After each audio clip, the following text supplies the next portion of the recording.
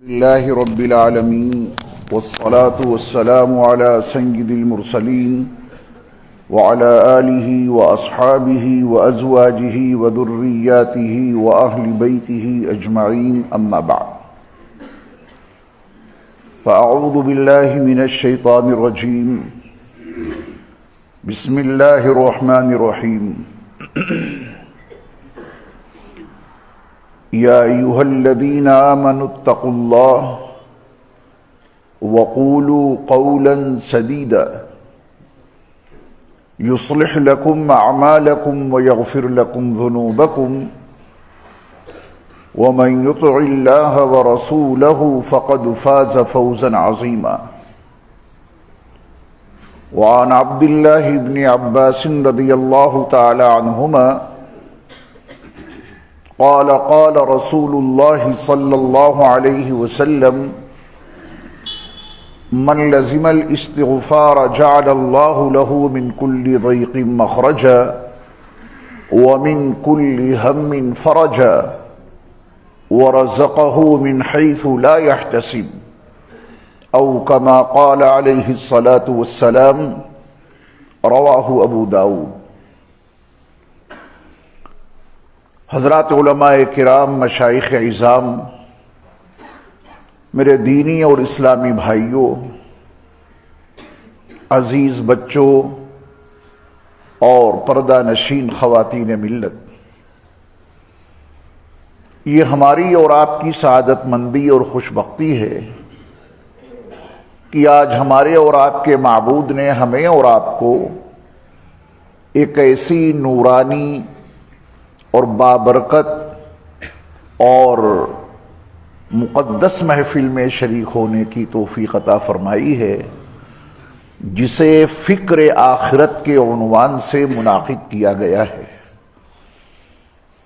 اللہ رب العزت والجلال اس مبارک محفل میں ہماری اور آپ کی شرکت کو اس عنوان سے قبول فرما لے کہ اس پورے مجمع کے تمام مردوں، عورتوں، بچوں کو مغفرت کی بھیک مل جائے۔ اللہ ہم سب کی مغفرت فرما دے۔ مغفرت وہ بھیک ہے جو اللہ کے در کے سوا کہیں سے نہیں مل سکتی۔ میرا ایک معمولی سا گناہ، بہت چھوٹا سا گناہ، اور دنیا کے سارے انسان مل کر یہ چاہیں کہ میرا وہ معمولی سا چھوٹا سا گناہ معاف کر دیں، اور میرا رب نہ چاہے تو میرا وہ معمولی سا گناہ دنیا کے تمام انسان مل کر بھی معاف نہیں کر سکتے، اور وہی ایک معمولی سا چھوٹا سا گناہ جہنم میں پھینکے جانے اور جھونکے جانے کے لیے بہت کافی ہے۔ اللہ ہم سب کی حفاظت فرمائے۔ مغفرت کی بھیک در الہی کے سوا کہیں سے نہیں مل سکتی۔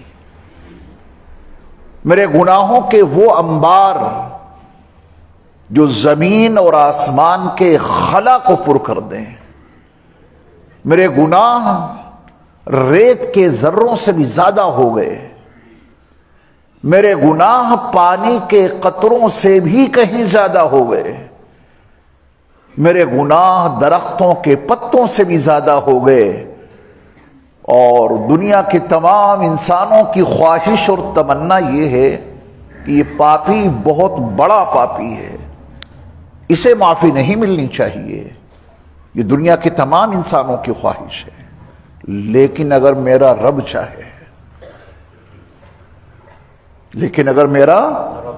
چاہے تو میرے گناہوں کے یہ تمام کے تمام انبار نہ صرف یہ کہ وہ معاف کر دیں گے، بلکہ میرے ان سارے گناہوں کو وہ نیکیوں میں تبدیل کر دیں گے۔ الا من تاب وآمن وعمل عملا صالحا فأولئک یبدل اللہ سیئاتہم حسنات۔ ہم اور آپ جس رب کی بارگاہ میں بیٹھے ہیں وہ صرف گناہوں کو معاف ہی نہیں کرتے، بلکہ وہ گناہوں کو نیکیوں میں تبدیل کر دیتے ہیں۔ ایسے کریم آقا سے، ایسے رحیم مولا سے مغفرت کی بھیک طلب نہ کی جائے تو یہ کتنی بڑی بدنصیبی ہے۔ وَمَن يَغْفِرُ الذُّنُوبَ إِلَّا اللَّهُ، اللہ کے سوا کون ہے جو گناہوں کو معاف کر سکے؟ میرے ایمان والے بھائیوں اور بہنوں، ہم سب کو ہمہ وقت اپنے رب سے مغفرت کی بھیک طلب کرتے رہنا چاہیے۔ جسے مغفرت کی بھیک مل گئی اس کی کامیابی میں کوئی شک نہیں، اور جسے مغفرت سے محروم کر دیا گیا اس کی تباہی اور بربادی میں کوئی شک نہیں۔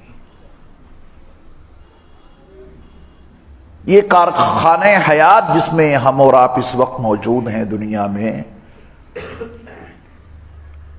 اللہ تعالیٰ نے اس پوری دھرتی اور پوری زمین کی ذمہ داری، اس کو صحیح رکھنے کی ذمہ داری، اس پر اصلاح برپا کرنے کی ذمہ داری صرف اور صرف حضرت انسان کو دی ہے۔ ابو البشر سیدنا آدم علیہ السلام کو جب اللہ رب العزت والجلال نے اس دنیا میں بھیجا تھا، اس دنیا کی حالت کیا تھی؟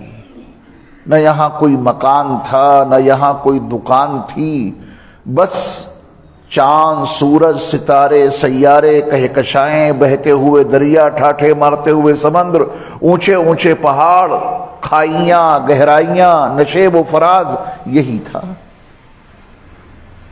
نہ اس روئے زمین پر کہیں نیکی نظر آتی تھی، نہ اعمال صالحہ دکھائی دیتے تھے، اور نہ ہی کوئی فساد۔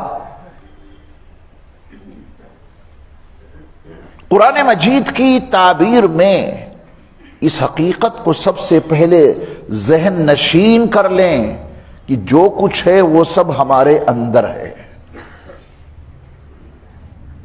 نیکیاں بھی اندر ہیں، برائیاں بھی اندر ہیں، اصلاح ہمارے اندر ہے، اور فساد بھی ہمارے اندر ہے، باہر کچھ نہیں۔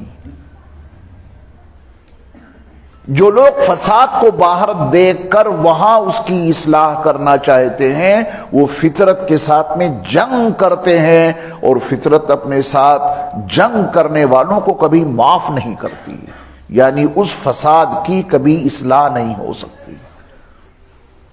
اس فساد کو گن مشینوں سے ختم کرنا چاہتے ہیں، اس فساد کو بموں سے مٹانا چاہتے ہیں، اس فساد کو سی سی ٹی وی کیمرہ کی نگرانی کر کے ختم کرنا چاہتے ہیں۔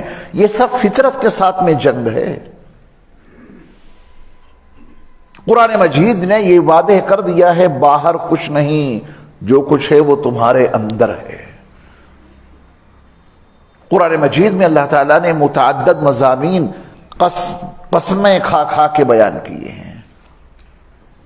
ایک مضمون بیان کرنے کے لیے اللہ تعالیٰ نے متعدد قسمیں کھائی ہیں۔ صرف یہ بات بتانی تھی فَأَلْهَمَهَا فُجُورَهَا وَتَقْوَاهَا قَدْ أَفْلَحَ مَنْ زَكَّاهَا وَقَدْ خَابَ مَنْ دَسَّاهَا، بس اتنی سی بات بتانی تھی۔ اتنی بات بتانے کے لیے اللہ رب العزت والجلال نے اتنی قسمیں کھائی ہیں، اتنی قسمیں کھائی ہیں کہ پورے قرآن مجید میں کسی مضمون کو بیان کرنے کے لیے ہمارے رب نے اتنی قسمیں نہیں کھائی ہیں۔ والشمس وضحاها سے یہاں تک پڑھ لیجئے، ان تمام قسموں کا تذکرہ ہے۔ مضمون یہ بیان کرنا تھا کہ اس نفس میں ہم نے فسق و فجور، تقوی و طہارت، دونوں چیزوں کا الہام کر دیا ہے۔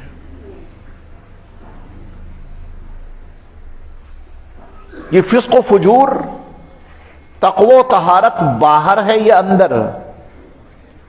فَأَلْهَمَهَا فُجُورَهَا وَتَقْوَاهَا، یہ فجور اور تقوی اللہ نے ہمارے اندر رکھا ہے یا باہر؟ اندر رکھا ہے۔ ہمارے اندر جو تقوی و طہارت اور فسق و فجور کا الہام اللہ نے کیا، تبھی تو ہم اور آپ انسان ہیں۔ اگر فجور کا الہام اندر نہ ہوتا تو ہم اور آپ انسان نہیں بلکہ فرشتے ہوتے. فرشتوں کے پاس تقوی ہی تقوی ہے. فرشتوں کا تعارف قرآن کے الفاظ میں دیکھیں، لا یعصون اللہ ما امرہم ویفعلون ما یؤمرون.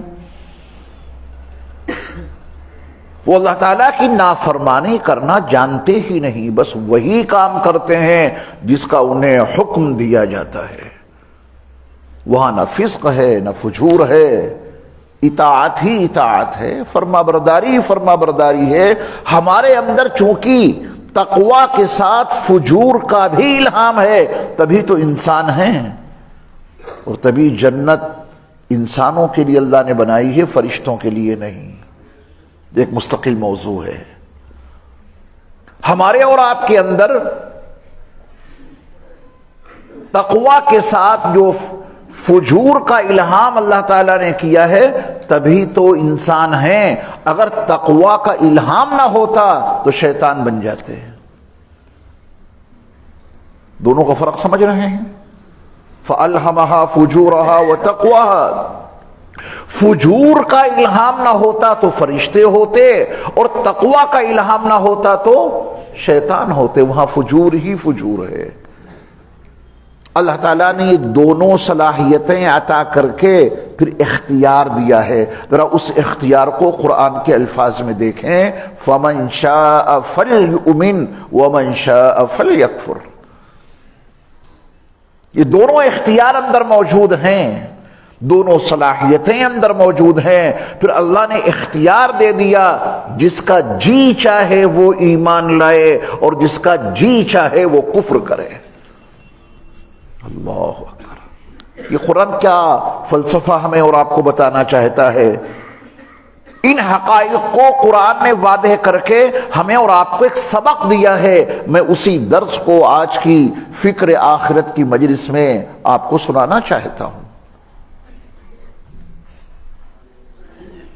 اگر اللہ چاہتے تو اس روئے زمین پر کوئی ایک بندہ بھی بغیر ایمان کے نہیں بچتا. اگر وہ چاہتے ہیں، اس دھرتی پر رہنے والے تمام کے تمام انسان، نوع انسانی کا ایک ایک فرد صاحب ایمان ہوتا اگر وہ چاہتے. اس مضمون کو بھی قرآن کے حوالے سے دیکھیں، وَلَوْ شَاءَ رَبُّكَ لَآمَنَ مَنْ فِي الْأَرْضِ كُلُّهُمْ جَمِيعًا.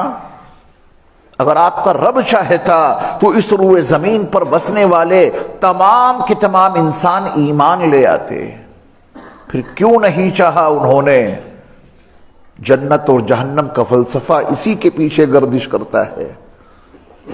وہ انسانوں کو اتنا مجبور بنا سکتے تھے کہ بغیر ایمان کے کوئی بندہ اس روئے زمین پر بچتا ہی نہیں. اولاد ان کو ملتی جو صاحب ایمان ہوتے ہیں، غیر صاحب ایمان کو اولاد ہی نہ ملتی. آپ انصاف سے بتائیے، کوئی بغیر ایمان کے بچتا؟ کھانا انہیں ملے گا جو ایمان والے ہوں گے. غیر ایمان والوں کو رب کھانا نہیں عطا کرتے تو کیا بغیر ایمان کے کوئی باقی بچتا؟ اختیار دیا ہے، اور اختیار اس وجہ سے دیا ہے کہ یہ دار الامتحان میں انہوں نے ہمیں اور آپ کو بھیجا ہے. میرے ایمان والے بھائیوں اور بہنوں، یہ دنیا ہمارے اور آپ کے لیے قیام گاہ نہیں ہے. ہم اور آپ ایک امتحان گاہ میں موجود ہیں جہاں ہمارا امتحان لیا جا رہا ہے. وَلَنَبْلُوَنَّكُمْ بِشَيْءٍ مِّنَ الْخَوْفِ وَالْجُوعِ وَنَقْصٍ مِّنَ الْأَمْوَالِ وَالْأَنفُسِ وَالثَّمَرَاتِ. ہم اور آپ امتحان گاہ میں ہیں، اور امتحان گاہ کی تعریف یہ ہے کہ وہاں اختیار دے دیا جائے. کچھ لکھو مرضی ہے، کچھ نہ لکھو اس کا بھی اختیار ہے. جس بورڈ کے تحت میں امتحان دے رہے ہیں اس بورڈ کا صاف آپ انکار کر دیں کہ میں اس بورڈ کو ہی نہیں مانتا، اسے گالیاں لکھ کے آ جائیے، اس وقت کچھ نہیں کہا جائے گا. جو چاہیں لکھیں اور جو چاہیں نہ لکھیں.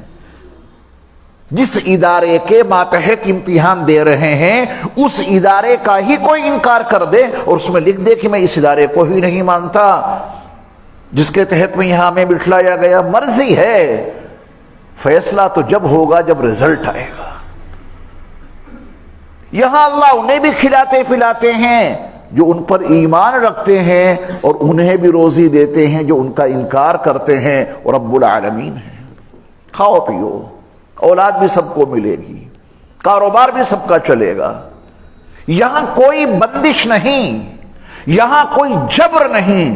اگر جبر ہو جائے تو پھر امتحان گاہ باقی نہ بچے۔ قرآن نے واضح کیا ہے غیر ایمان والوں کی ترقی ایک ملک سے دوسرے ملک میں ان کا چلنا پھرنا، کاروبار کا ان کا عروج، مکانوں کا عمدہ ہونا، اس سے دھوکہ نہ کھا جانا۔ یہ قیام گاہ ہے کہاں، تمہیں جانا کہیں اور ہے۔ چند دنوں کی زندگی ہے یہاں، اور یہ زندگی کا چراغ نہ جانے کس چوراہے پر بجھ جائے، کسی کو خبر نہیں۔ بندہ اپنے گھر سے ڈولچی لیتا ہے، پیسے لیتا ہے کہ دودھ لینے جا رہے ہیں۔ یہ حادثات پیش آئے اور پیش آتے رہیں گے۔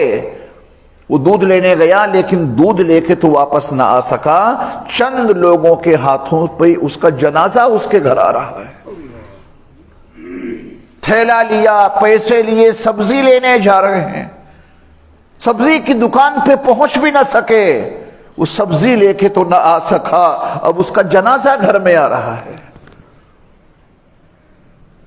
ان حالات سے گزرنا پڑتا ہے اس دنیا میں۔ قرآن مجید میں اس امتحان میں ان تمام چیزوں کا تذکرہ ہے۔ طرح طرح سے تمہاری آزمائش کی جائے گی، طرح طرح سے تمہارا امتحان لیا جائے گا۔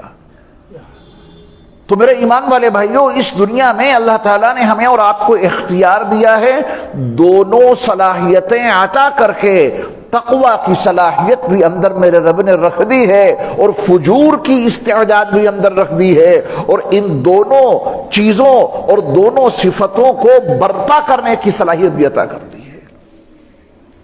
چاہے تقوی و طہارت باہر لاؤ، چاہے فسق و فجور باہر لاؤ، دونوں چیزوں کا اختیار ہمارے پاس موجود ہے۔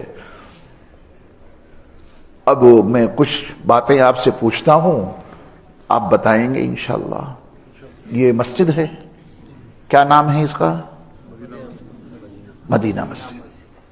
یہ مدینہ مسجد باہر تھی یا اندر؟ اندر تھی، باہر آئی ہے آپ کی ان صفات کے نتیجے میں جو تقوی کی صفت اللہ نے اندر الہام کی۔ کتنا پیسہ آپ نے اس میں لگایا؟ وہ پیسہ اپنے گھر میں لگاتے آپ؟ یہ مسجد باہر نہیں تھی، اندر تھی۔ اس صفت کو آپ نے استعمال کیا تو مسجد باہر آ گئی۔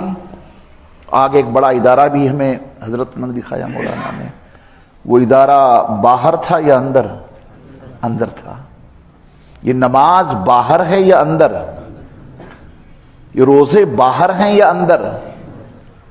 یہ حج باہر ہے یا اندر؟ اندر ہے نماز تو باہر برپا ہو جائے گی، اندر روزہ ہے تو باہر وجود میں آ جائے گا، اندر حج ہے تو باہر بیت اللہ کا طواف، صفا مروہ کی سعی، مینا عرفات مزدلفہ کی حاضری، یہ سب باہر آ جائیں گے تمام اعمال اگر اندر ہیں تو۔ جموں میں کہیں کوئی شراب خانہ بھی ہوگا کوئی نہ کوئی شراب خانہ، وہ شراب خانہ باہر نہیں تھا، اندر تھا۔ میرے رب نے انگور بنائے اس لیے تھے کہ ہمارے بندے کھائیں اور ان کو وٹامنز ملیں۔ بدن میں موجود کروڑوں اربوں سیلز، ان کو انرجی چاہیے، اللہ تعالیٰ نے انگور پیدا کر دیے۔ اور یہ ظالم انسان جس کے اندر فجور تھا، میرے رب کے پیدا کیے ہوئے انگور سے وہ شراب بنا لیتا ہے۔ اس سے تو روزہ افطار کرنا چاہیے تھا، اسے کھا کے اللہ کا شکر ادا کرنا چاہیے تھا۔ تو یہ شراب باہر تھی یا اندر؟ باہر تو انگور تھے۔ یہ جو اللہ رب العزت نے جو زمین سے اس کا پودا اگایا، قرآن مجید میں 27ویں پارے میں جو ایک سورت ہے سورۃ الواقعہ، اس میں اللہ تعالیٰ نے جو 4 سوالات کیے ہیں ان میں سے دوسرا سوال یہ ہے افرأیتم ما تحرثون، کیا تم نے غور کیا اس بات پہ جو تم کھیتی باڑی کرتے ہو؟ اانتم تزرعونہ ام نحن الزارعون، وہ بیج جو اندر ڈالا ہے اسے تم اگاتے ہو یا ہم اگاتے ہیں؟ کسان کو تو نہیں معلوم کہ وہ بیج سیدھا گرا ہے یا الٹا، وہ آڑا گرا ہے یا ترچھا۔ کسان نے یوں بیج ڈالا، زمین کو برابر کیا اور اپنے گھر آ گیا۔ وہ کون ہے جو زمین کی تاریکیوں میں اس بیج کو جو الٹا پڑا ہے سیدھا کرتا ہے؟ اگر وہ سیدھا نہ کیا جائے تو نکلنے والا پودا زمین کی تہ میں دھستا چلا جائے گا اور کسان کو قیامت کی صبح تک وہ پودا نہیں دکھ سکتا۔ کتنے کریم ہیں ہمارے رب! انسان نے بیج الٹا ڈالا تھا، زمین کی تاریکیوں میں میرے رب نے اس کو سیدھا کر دیا۔ کسان نے اس بیج کو ڈالا تو وہ آڑا ترچھا گرا تھا، میرے رب نے اس کو سیدھا کر دیا۔ نرم و نازک کوپل بعد میں نکالی، زمین سے غذا پانے کے لیے اس بیج کا انتظام پہلے کر دیا۔ اتنی نرم و نازک کوپل زمین کے مضبوط سینے کو چاک کر کے باہر کیسے آ گئی؟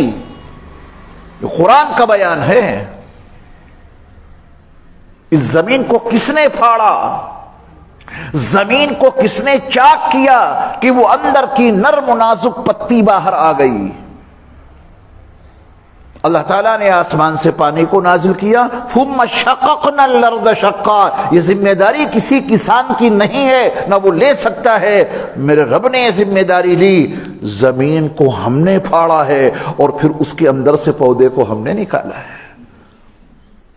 جو تیار ہو گیا تو ظالم انسان کے اندر شراب تھی، اس نے اس جو سے شراب بنا لی۔ یہ شراب خانے باہر ہیں ہی نہیں، یہ سارے شراب خانے اندر ہیں۔ یہ زنا خانے، زنا کے اڈے باہر نہیں ہیں، یہ سارے زنا کے اڈے اندر ہیں۔ اندر ہیں تو باہر نکل آئے۔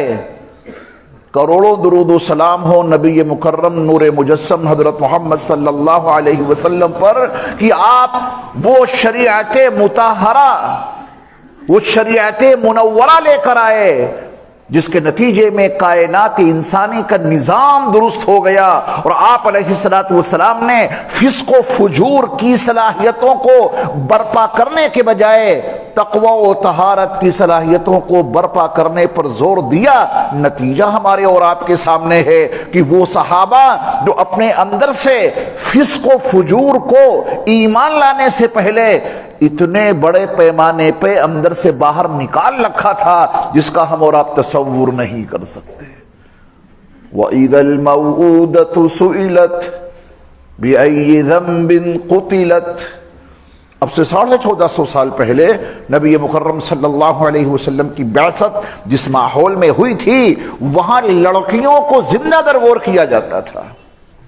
آپ غور فرمائیں کہ اپنی وہ بیٹی جس کی رگوں میں اس کے باپ کا خون گردش کر رہا ہے، زندہ، مردہ نہیں، زندہ بچی کو لے جا کر گڑھا کھود کر، قبر کھود کر زندہ بچی کو ڈال دیتا تھا وہ ظالم باپ، اور اس کے اوپر اینٹ پتھر کنکر ڈال کے زمین کو برابر کر دیتا۔ ظلم کی انتہا ہے۔ معصوم سی بچیوں کا قتل یہ باہر نہیں تھا، یہ اندر تھا۔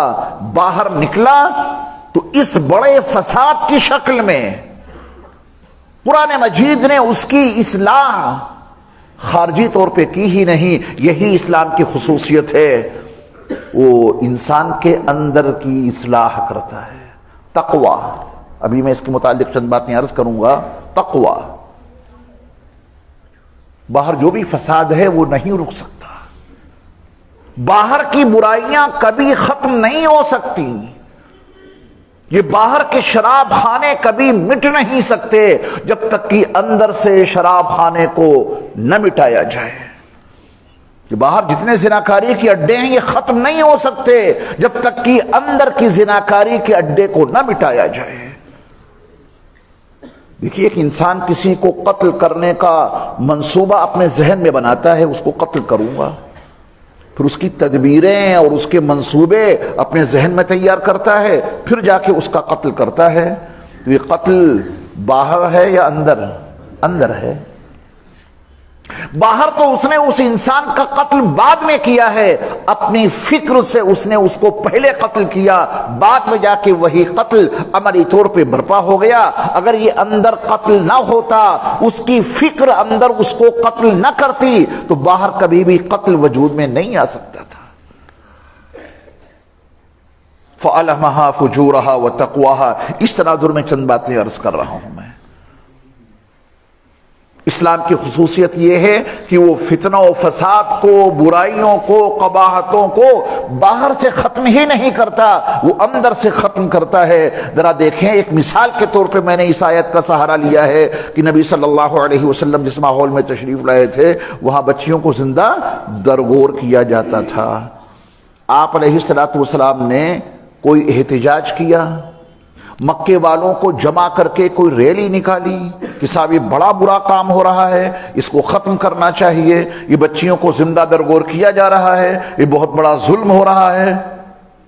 آپ صلی اللہ علیہ وسلم نے نہ کوئی احتجاج کیا، نہ باہر کی کوئی تدبیر اختیار کی، قرآن کی یہ آیت ان کو سنا دی جس نے ان کی فکروں کی اصلاح کر دی۔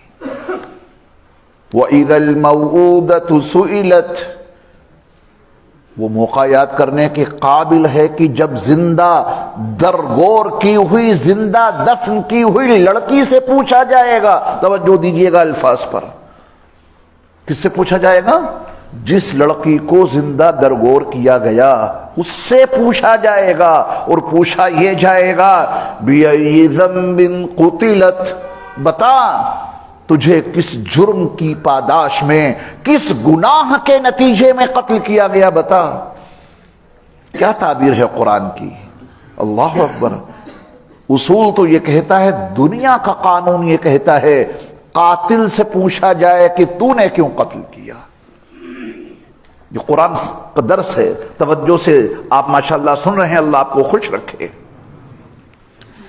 دنیا کی عدالت یہ کہتی ہے کہ قاتل سے پوچھو کیوں قتل کیا، قرآن کہتا ہے کہ وہ دن برپا ہو کر رہے گا، قاتل سے نہیں بچی سے پوچھا جائے گا۔ یہ ہے فکر کی اصلاح، اور بچی سے پوچھا یہ جائے گا کہ بتا تجھے کس گناہ کی پاداش میں قتل کیا گیا۔ اس بچی نے کون سا گناہ کیا تھا؟ وہ تو ایک ایسی کلی تھی جو کھل بھی نہ پائی تھی، وہ تو ایسی بچی تھی جسے گناہ کی لذت کا بھی پتہ نہیں، گناہ کسے کہتے ہیں، ذنب کی حقیقت کیا ہے وہ تو اس سے بھی نہ آشنا تھی، اس نے حد بلوغ میں قدم ہی نہیں رکھا تھا، معصوم سی چھوٹی سی بچی، اسے کیا پتا گناہ کسے کیا کہتے ہیں، اور اسے کیا خبر گناہ کی لذت کیا ہوتی ہے۔ لیکن قرآن کی تعبیر یہ ہے کہ قاتل سے نہیں بچی سے پوچھا جائے گا، تو بتا کس جرم کی پاداش میں اور کس گناہ کے نتیجے میں تجھے قتل کیا گیا۔ اس سوال نے اہل مکہ اور عرب کے ضمیر کو جھنجھوڑ کے رکھ دیا۔ حضرت مولانا عبد القادر صاحب دہلوی رحمۃ اللہ علیہ نے اس آیت کے تناظر میں ایک بہت اہم بات لکھی ہے بطور افادہ کے، اور وہ یہ ہے کہ اللہ اس ظالم باپ کو اس قابل ہی نہیں سمجھے گا کہ اس سے خطاب کرے۔ تو اس قابل کہاں کہ تجھ سے بات کی جائے، اب بچی سے ہی پوچھا جائے گا، اور بچی کہہ دے گی کہ میرے رب مجھے نہیں پتا کہ گناہ کسے کہتے ہیں، مجھے نہیں معلوم کہ ذنب کی حقیقت کیا ہے، مجھے تو کسی گناہ کی لذت کا بھی پتہ نہیں تھا، میں معصوم سی تھی اور مجھے قتل کر دیا گیا۔ قرآن کی اس تعبیر نے پورے عرب میں وہ صالح انقلاب برپا کر دیا کہ جو عرب والے لڑکیوں کو باعث زحمت سمجھتے تھے، میرے مصطفیٰ کی تعلیمات کے نتیجے میں اب وہی لوگ لڑکیوں کو باعث رحمت سمجھنے لگے۔ یہ اصلاح آپ نے باہر سے کی یا اندر سے؟ قرآن نے یہ اصلاح باہر سے کی یا اندر سے؟ اندر سے۔ خدا کرے اس حقیقت کو ہم اور آپ سمجھ لیں کہ باہر کچھ بھی تو نہیں ہے۔ ابا آدم جب اس دنیا میں آئے تھے ماں حوا جب اس دنیا میں تشریف لائی تھی باہر کچھ بھی نہیں تھا، صلاحیتیں اللہ تعالیٰ نے رکھی ہیں، ان صلاحیتوں کے نتیجے میں یہ ساری رنگینیاں اور رعنائیاں یہ سب انسان کے اندر ہے، وہ سب باہر آ رہا ہے۔ قرآن مجید کی ایک آیت اور دیکھیں جس سے یہ مضمون اور زیادہ اجاگر ہو جائے گا۔ خشکی اور تری میں جتنا بھی فساد برپا ہے کون ہے اس کا ذمہ دار؟ شیر، چیتا، بھالو، ہاتھی، پرندے، مچھلیاں۔ قرآن کا بیان یہ ہے کہ ظہر الفساد فی البر والبحر بما کسبت ایدی الناس، خشکی اور تری میں فساد ہی فساد رونما ہو چکا ہے اور اس کا ذمہ دار کوئی اور نہیں، یہ انسان کی کرتوتیں اس کی ذمہ دار ہیں۔ اور انسان جو کچھ کرتا ہے اپنے ہاتھوں سے یا اپنے وجود سے کرتا وہی ہے جو اس کا ضمیر اس سے کہتا ہے، یہ انسان کرتا وہی ہے جو اس کی فکر اس سے کہتی ہے، یہ انسان کرتا وہی ہے جو اس کا دل اس سے کہتا ہے۔ قرآن کی اصلاح کا طریقہ یہ ہے، اسلام کی اصلاح کا طریقہ یہ ہے، میرے مصطفیٰ صلی اللہ علیہ وسلم کی اصلاح کا طریقہ یہ ہے کہ انسان کو اندر سے سدھار دو۔ یہ اندر سے سدھر گیا تو پھر باہر فلاح وجود میں آئے گی، صلاح وجود میں آئے گی، کامیابیاں وجود میں آئیں گی، نیکیاں وجود میں آئیں گی، تقوی و طہارت کے اثرات باہر دکھائی دیں گے اگر یہ اندر سے انسان سدھر جائے گا، اور اگر یہ اندر سے نہ سدھر سکا تو فساد ہی فساد نظر آئے گا۔ قرآن مجید میں جا بجا اللہ تعالیٰ نے اپنے ایمان والے بندوں کو متقی بن کر زندگی گزارنے کا حکم دیا ہے۔ یا ایھا الذین آمنوا اتقوا اللہ، اے ایمان والو تم اللہ سے ڈرتے رہو، تقوی اختیار کر کے زندگی گزارو۔ یہ جو ہم تقوی اختیار کریں، تقوی کی حقیقت کیا ہے، اس کو بہت آسان لفظوں میں آج کے اس درس میں پیش کرنے کی کوشش کروں گا۔ آپ دعا فرمائیں اللہ مجھے توفیق عطا فرمائے۔ دیکھیے تقوی کا بہت آسان سا مفہوم بتاؤں گا، ترجمہ نہیں۔ تقوی کا مفہوم یہ ہے کہ جب گناہ کرنے کے تمام اسباب و وسائل مہیا ہو جائیں۔ تقوی کیا ہے؟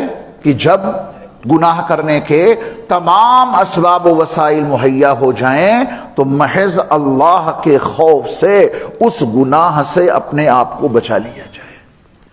یہ ہے تقوی۔ ہم اور آپ اس وقت مدینہ مسجد میں بیٹھے ہیں، یہاں کیا گڑبڑی کریں گے؟ مجھے آپ نے کرسی پر بٹھلا دیا، میں کوشش کروں گا کہ میری کسی حرکت سے کوئی غلط تاثر آپ تک نہ جائے، پوری کوشش کروں گا۔ آپ بھی اللہ کے گھر میں بیٹھے ہیں، علماء کی موجودگی ہے، آپ بھی کوشش کریں گے کہ کوئی غلط حرکت یہاں نہ ہونے پائے، کہ ہماری گرفت ہو جائے کہ اللہ کے گھر میں سب لوگ دیکھ لیں گے، ٹوکا جائے گا ہم کو۔ یہاں تو سارے ہی ٹھیک ٹھاک ہو کے بیٹھیں گے، یہاں تقوی کی صفت ظاہر کرنے کا فی الحال کوئی موقع نہیں ہے، سبھی ٹھیک ٹھاک رہیں گے۔ تقوی کی صفت دراصل استعمال اس وقت ہوگی کہ جب گناہ کرنے کے تمام اسباب و وسائل فراہم ہو جائیں اور پھر یہ انسان محض اللہ کے خوف سے وہ برا کام نہ کرے، محض اللہ کے خوف سے اس نیکی کو برپا کر دے جو مطلوب ہے۔ یہ ہے متقی انسان۔ میں صحیح بخاری کی حدیث سے بھی مدد لوں گا اس مضمون کو سمجھانے کے لیے، اور قرآن مجید کی ایک آیت کے حوالے سے بھی اس مضمون کو سمجھانے کے لیے کہ جب گناہ کے اسباب فراہم ہو جائیں پھر یہ انسان اپنے آپ کو گناہ سے بچائے، وہ ہے متقی۔ جلوت میں ہم اور آپ کیا گناہ کریں گے؟ سماج کا دباؤ ہے، معاشرے کا دباؤ ہے، اعزاء اقربا رشتہ داروں کا دباؤ ہے، امام صاحب کا دباؤ ہے، اساتذہ کا، مشائخ کا دباؤ ہے، ان کے سامنے کون سی غلط حرکت کر سکتے ہیں؟ تقوی تو پھر وہاں دیکھا جائے گا کہ جہاں کوئی رکاوٹ نہ ہو، گناہ کرنے میں کوئی رکاوٹ نہ رہے، سارے اسباب و وسائل مہیا ہو جائیں، پھر اللہ کے خوف سے اپنے آپ کو اس گناہ سے بچا لیا جائے۔ یہ ہے تقوی اور یہ ہے متقی جو اپنے آپ کو بچا لے جائے۔ قرآن کی آیت سے ہم مدد لیتے ہیں اس مضمون کو سمجھانے کے لیے۔ قرآن مجید نے جہاں روزوں کی فرضیت بیان کی ہے، روزوں کی فرضیت کو بیان کرنے کی جو وجہ اور علت اور ریزن قرآن نے بیان کیا ہے وہ یہ ہے کہ تمہارے اوپر روزے ہم نے اس لیے فرض کیے ہیں لعلکم تتقون، تاکہ تم متقی بن جاؤ۔ روزے کیوں فرض کیے گئے؟ تاکہ تم، یا ایھا الذین آمنوا کتب علیکم الصیام کما کتب علی الذین من قبلکم لعلکم تتقون۔ روزے تم پر ایک ماہ کے روزے اس لیے فرض کیے گئے تاکہ تم متقی بن جاؤ۔ تو اس کا مطلب یہ نکلا کہ روزے کی حالت میں متقی بننے کا اللہ نے ہمیں اور آپ کو ایک نظام دے دیا ہے روزے کی شکل میں۔ تجربہ بھی ہمیں اور آپ کو اور حقیقت بھی ہے۔ روزے دار روزے کی حالت میں بالکل تنہائی میں ہے، اکیلے ہے گھر میں، بیوی اس کے ساتھ نہیں، بچے اس کے ساتھ نہیں، سی سی ٹی وی کیمرہ وہاں نہیں لگا، اکیلے اس کمرے میں ہے، اور وہ کمرہ اندر سے بند ہے، لوک ہے، شدید پیاس لگی ہے، شدید پیاس لگی ہے، پانی بھی موجود ہے، شدت کی بھوک ہے اور کھانا بھی موجود ہے۔ رب کعبہ کی قسم کوئی روزے دار نہ پانی پیتا ہے نہ کھانا کھاتا ہے، پریشانی برداشت کرتا ہے۔ کوئی ایمان والا روزے کی حالت میں تنہائی ہے، گناہ کرنے کا موقع ہے، کون دیکھ رہا ہے؟ کوئی ساتھ میں نہیں، بالکل اکیلا تنے تنہا۔ اور میں نے عرض کیا کہ سی سی ٹی وی کیمرہ بھی نہیں اور پیکنگ ایسی ہے کہ باہر سے بھی کوئی نہیں دیکھ سکتا۔ یہ روزے دار شدید پیاس کی حالت میں پانی کیوں نہیں پی رہا؟ یہ روزے دار شدید بھوک کی حالت میں کھانا کیوں نہیں کھا لیتا؟ ٹھیک ہے اور لائن سے گناہ کر لیتا ہے مگر روزے کو نہیں توڑتا ہے، وہ تکلیف برداشت کر لیتا ہے۔ اس کا یقین بنا ہوا ہے روزے کی حالت میں اگر کوئی نہیں دیکھ رہا، اگر میرے اوپر کسی کی نظر نہیں، بے شک دنیا کا کوئی انسان مجھے نہیں دیکھ رہا ہے لیکن میرا اللہ تو دیکھ رہا ہے جس کے لیے میں نے روزہ رکھا ہے۔ ایک مہینے اس کی مشق کرائی جاتی ہے کہ دیکھو گناہ کرنے کا موقع ملے، اللہ کے ڈر سے اپنے آپ کو گناہ سے بچاؤ، متقی بن جاؤ گے۔ اگر ایک ماہ اس کی مشق کر لی تو 11 مہینوں میں زندگی اسی اصول پہ گزارنی آسان ہو جائے گی کہ جب کبھی گناہ کا موقع ملے اپنے اللہ کے ڈر سے گناہ نہ کرو، اللہ متقی تمہیں بنا دے گا، ہمیں بنا دے گا جو بھی اس کے اوپر عمل کرے گا۔ اب میں صحیح بخاری کی ایک طویل حدیث ہے، اس کا ایک حصہ میں آپ کو سناؤں گا، اس سے آپ تقوی کی قوت، تقوی کی طاقت، اس کی انرجی اور اس کے نتیجے میں ملنے والے اللہ کے انعامات، یہ سب کچھ آپ اس طویل حدیث کے ایک حصے سے آسانی سے سمجھ لیں گے۔ صحیح بخاری کی صحیح حدیث ہے۔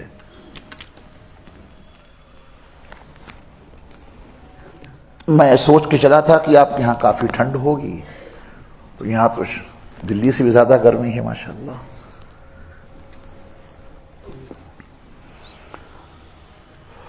وہ واقعہ آپ نے سنا ہوگا، صحیح بخاری کے حوالے سے 3 لوگوں کا واقعہ میرے مصطفیٰ نے سنایا۔ جا رہے تھے، راستے میں رات ہو گئی تو ایک پہاڑ کے غار میں رات گزارنے کے لیے چلے گئے کہ آج رات یہیں گزاریں گے، صبح ہوگی پھر اپنی منزل کی طرف چل دیں گے۔ جب غار میں گئے تو بہت بڑی چٹان اس غار کے دہانے پہ آ کے رک گئی۔ سنا ہے آپ نے واقعہ سنا ہوگا، جو درمیان کا حصہ ہے اسے میں ریمائنڈ کرا رہا ہوں، اس کا مذاکرہ کر رہا ہوں، جو درمیان کا دوسرا شخص ہے۔ ان تینوں نے طے یہ کیا تھا کہ یہاں تو ہماری آواز بھی صدا بصہرا ثابت ہوگی، چیخنے چلانے سے کوئی مدد کرنے کے لیے نہیں آئے گا۔ چلو ایسا کرتے ہیں کہ اگر زندگی میں کوئی کام صرف اللہ کے لیے کیا ہے، اس عمل کا واسطہ دے کے اللہ سے مدد مانگی جائے۔ اس میں کچھ فقہی مسائل بھی ہیں اور بڑے فوائد بھی ہیں، ہمیں اور آپ کو بھی صحیح بخاری کی اس صحیح حدیث کے تناظر میں یہ یقین رکھنا چاہیے کہ اگر ہم نے زندگی میں کوئی کام خالص اللہ کے لیے کیا ہے، لوجہ اللہ کیا ہے، رب کعبہ کی قسم اس عمل میں اتنی طاقت اور قوت ہے، کسی اور کا واسطہ نہ دے کر اپنے اس نیک عمل کا واسطہ آپ اللہ کو دے سکتے ہیں، اور دے دینا چاہیے۔ جس کام کو خالص اللہ کے لیے کیا ہو، میرا رب آپ کے اس عمل کے واسطے کو سن کر پریشانی دور کر دیں گے۔ یہ صحیح بخاری سے مضمون بھی ثابت ہوتا ہے۔ تو پہلے اور تیسرے شخص کا تذکرہ نہ کر کے جو درمیان کا ہے، دوسرا شخص ہے، اس کا واقعہ آپ کے علم میں ہوگا کہ اس کی چچا زاد بہن ہے، اور اس نے اس کے ساتھ میں منہ کالا کرنے کا پورا ارادہ کر لیا، پیسے بھی دے دیے۔ چچا زاد بہن بہت مجبور ہے، یہاں تک کہ جب بالکل وہ زنا کرنے کے لیے تیار ہی ہو گیا، رکاوٹ کوئی باقی نہ بچی۔ یہ میں ثابت کرنا چاہتا ہوں حدیث کے اس حصے سے، کوئی رکاوٹ نہیں۔ اس برے کام کو برپا کرنے کے لیے کوئی رکاوٹ جب باقی نہ بچی، تو اس کی چچا زاد بہن نے سوچا کہ ایک مرتبہ ان کو اللہ کا خوف دلا دیں، ہو سکتا ہے یہ سمجھ میں آ جائے کوئی بات نہیں کی۔ اس بہن نے ان کو اللہ کا خوف دلایا کہ برا کام مت کرو، اللہ دیکھ رہے ہیں۔ بس اللہ کا نام آیا، اس بندے کے دل میں اللہ کا خوف ایسا آیا کہ گناہ کرنے کے لیے کوئی رکاوٹ نہیں تھی۔ اس نے اس گناہ کو صرف اللہ کے خوف سے چھوڑا تھا، اللہ کے ڈر سے چھوڑا تھا۔ پھر اس نے کہا کہ یا اللہ، اگر وہ میں نے برا کام صرف آپ کے ڈر اور آپ کے خوف کی وجہ سے نہیں کیا تھا، جبکہ اس برے کام کو برپا کرنے میں کوئی رکاوٹ نہیں تھی، تو اے اللہ اس کام کی برکت سے، اس گناہ سے بچنے کی برکت سے ہماری اس مصیبت کو دور کر دیجئے۔ میرے مصطفیٰ صلی اللہ علیہ وسلم کا فرمان عالی شان ہے، وہ چٹان کھسک گئی، پہلے کی دعا پر بھی کھسکی۔ اس نے اپنے اس عمل کا واسطہ دیا کہ جب گناہ کرنے کے تمام اسباب فراہم ہو گئے تھے، اللہ کے ڈر سے اس نے وہ گناہ نہیں کیا تھا۔ یہ تقوی، اس میں طاقت اتنی ہے، اس میں قوت اتنی ہے کہ اتنی بڑی چٹان کو کھسکا رہا ہے۔ اللہ کھسکا رہے ہیں لیکن اس کے تقوی کی برکت سے۔ اللہ تعالی ہمیں بھی ایسا تقوی عطا کر دے۔ اللہ یہاں بھی ہیں اور ان تنہائیوں میں بھی، خلوتوں میں بھی، جہاں ہم چھپ کر کوئی گناہ کرتے ہیں، چھپ نہیں سکتے، بچ نہیں سکتے۔ یہ تو ان کی کریمی ہے کہ نظر انداز کر دیتے ہیں، ورنہ ہمارا حال یہ ہے کہ آنکھیں اٹھتی ہیں، آنکھیں کھلتی ہیں، نظر اٹھتی ہے تو گناہ سرزد ہو جاتا ہے۔ کانوں کے پردوں سے کچھ الفاظ کیا ٹکرائے، گناہ وجود میں آ گیا۔ زبان بولی ہی تھی کہ گناہ کا صدور ہو گیا۔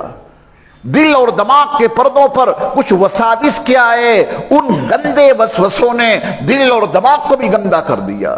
ایک قدم آگے بڑھایا، گناہ سرزد ہو گیا۔ ہاتھوں میں کوئی حرکت آئی، گناہ سرزد ہو گیا۔ رواں رواں گناہوں میں ڈوبا ہوا ہے۔ ہمارے گناہوں کا تقاضا یہ تھا کہ زمین شق ہوتی اور ہمیں اس میں دھسا دیا جاتا۔ ہمارے گناہوں کا تقاضا یہ ہے کہ ہمیں ایک لقمہ کھانا نہ دیا جائے، ایک لقمہ بھی کھانا فراہم نہ کیا جائے۔ ہمارے گناہوں کا تقاضا ہے کہ ایک گھونٹ پانی بھی نہ ملے ہمیں اور آپ کو۔ ان کے بنائے ہوئے آکسیجن سے ہمیں ایک مرتبہ بھی سانس لینے کا حق نہیں ہے۔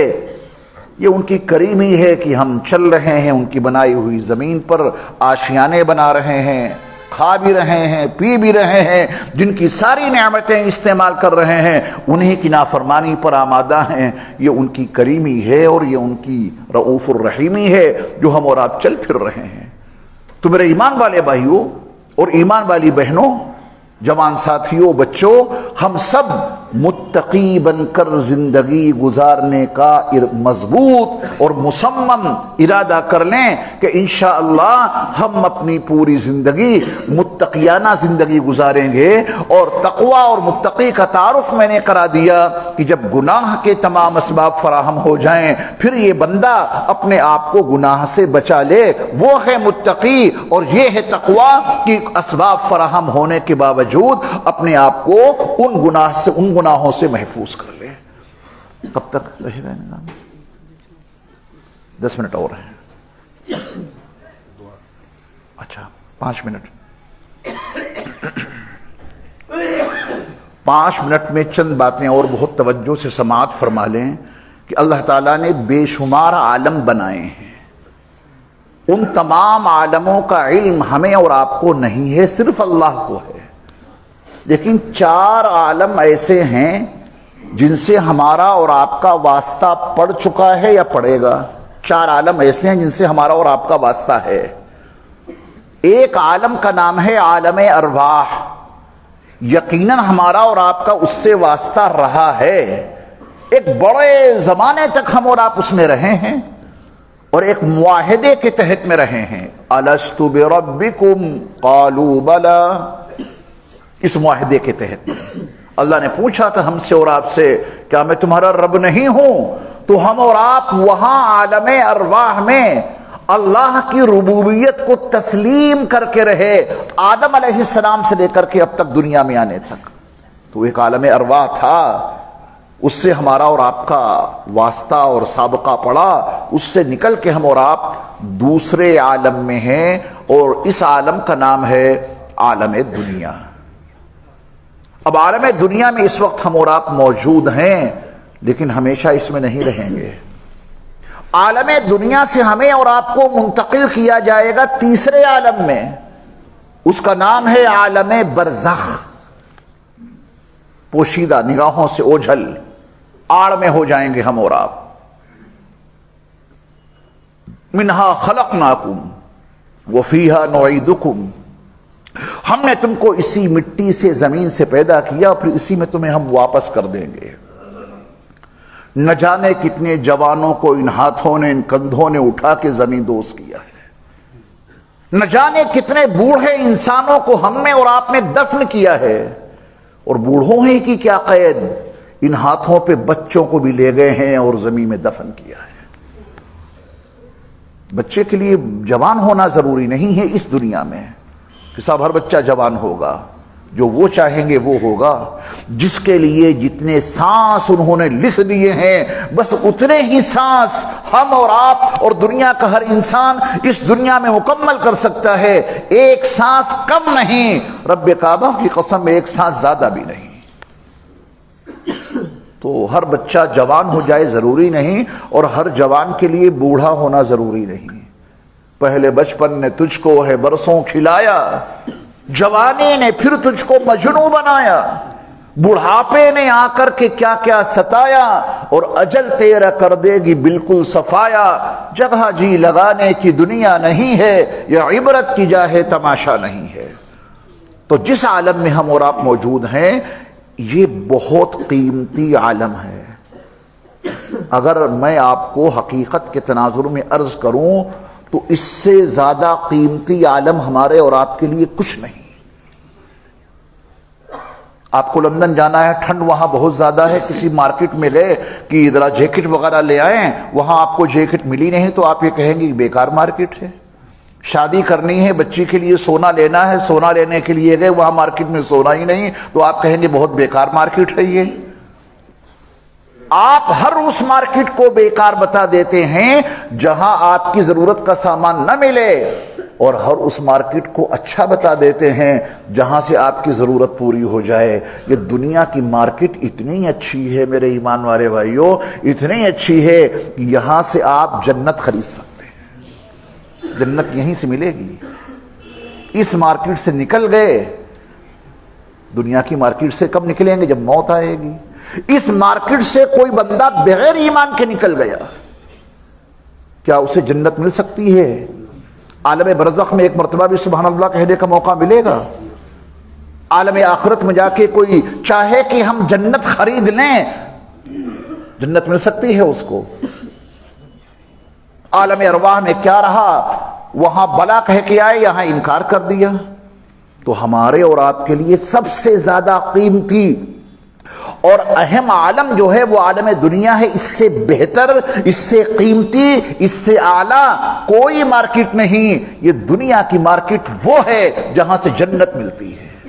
دنیا کی مارکیٹ وہ ہے جہاں سے اللہ کی رضا ملتی ہے، یہ وہ دنیا مقام ہے جہاں سے آپ اللہ کی خوشنودی حاصل کر سکتے ہیں۔ اگر یہاں سے نکل گئے پھر نہ اللہ کی رضا ملے گی، نہ مصطفیٰ کی خوشنودی ملے گی، نہ جنت ملے گی۔ پھر ان کے لیے دنیا اتنی خطرناک بن جاتی ہے کہ ان کو یہاں سے جہنم ملتی ہے۔ تو ہمارے اور آپ کے لیے یہ دنیا بہت اہم ہے، اس میں زندگی کچھ ایسی گزار لیں کہ یہیں سے ہمیں اور آپ کو جنت مل جائے۔ قرآن کے وعدے ہیں، جنت تمہیں یہیں سے ملے گی، اللہ کی رضا یہیں سے ملے گی۔ ہمارے بعض لوگ دنیا کی برائی کرتے نہیں تھکتے اور یہ بھول جاتے ہیں کہ جس وقت ہم دنیا کی برائی کر رہے ہوتے ہیں یہ سبق کیوں یاد نہیں رہتا کہ اس دنیا کو بنایا میرے رب نے ہے، اس میں کوئی چیز بری نہیں، اس میں کوئی چیز بے مقصد نہیں۔ وما خلقنا السماء والارض وما بینہما باطلا، یہ زمین اور آسمان اور اس کے درمیان جو کچھ ہے اس میں سے ہم نے کسی چیز کو باطل نہیں بنایا، یہ میرے رب کی بنائی ہوئی دنیا ہے، اسے برا کیوں کہہ سکتے ہو؟ برا خود کو کہو کہ اندر کی برائی اللہ کی پاک دنیا میں ڈال دی۔ کون ہے برا؟ ہم نے اپنی اندر کی برائیوں سے دنیا کو گندا کر دیا۔ میرے رب نے اس میں کوئی باطل چیز نہیں بنائی، میرے رب نے دنیا میں کوئی بیکار چیز نہیں بنائی۔ فَأَلْهَمَهَا فُجُورَهَا وَتَقْوَاهَا کے نتیجے میں انسان نے فسق و فجور برپا کیا تو میرے رب کی بنائی ہوئی بہت اچھی دنیا یہ گندی ہو گئی۔ اس کو نیکیوں سے بھرو، اس کو نیکیوں سے پر کرو، نیکیاں کریں گے جنت یہیں سے ملے گی۔ دو عالم، عالم ارواح، وہاں سے کہاں آ گئے؟ عالم دنیا میں۔ پھر یہاں سے کہاں جائیں گے؟ عالم برزخ میں، وہاں اعمال نہیں پوچھے جائیں گے۔ دنیا میں دو کام دیے ہیں اللہ نے صرف، عقیدے درست رکھو، اعمال صالحہ برپا کرو، تیسرا کوئی کام نہیں ہے اس دنیا میں، صرف دو کام قرآن میں جا بجا، ایمان اور اعمال صالحہ۔ ایمان کا امتحان عالم برزخ میں ہوگا، اعمال کی باز پرس عالم آخرت میں ہوگی۔ جو 3 سوال آپ نے سنے ہیں قبر میں ہوں گے، اس میں نماز شامل ہے، روزے، زکوٰۃ، حج، ایمانیات شامل ہیں۔ تمہارا رب کون ہے؟ تمہارا دین کیا ہے؟ اس پر کتنا عمل کیا یہ نہیں پوچھا جائے گا۔ انصاف کے بارے میں کیا کہتے ہو؟ بس اعمال پوچھے جائیں گے عالم آخرت میں۔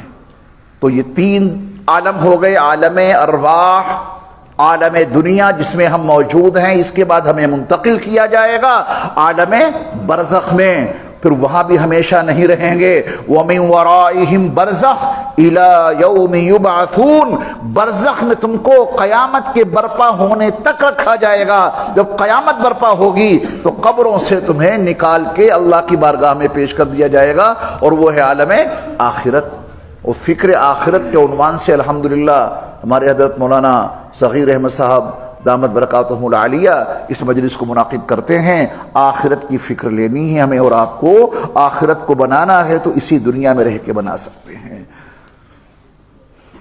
اللہ مجھے اور آپ کو کہنے سننے سے کہیں زیادہ عمل کی توفیق عطا فرمائے۔ خواجہ صاحب کہہ گئے ہیں کہ کامیابی تو کام سے ہوگی نہ کہ حسن کلام سے ہوگی، فکر اور اہتمام سے ہوگی، ذکر کے التزام سے ہوگی۔ اللہ ہم سب کو ان صفات کے ساتھ عمل کی توفیق عطا فرمائے۔ ہمارے ڈاکٹر یاسر آفاق صاحب نے ماشاءاللہ یہ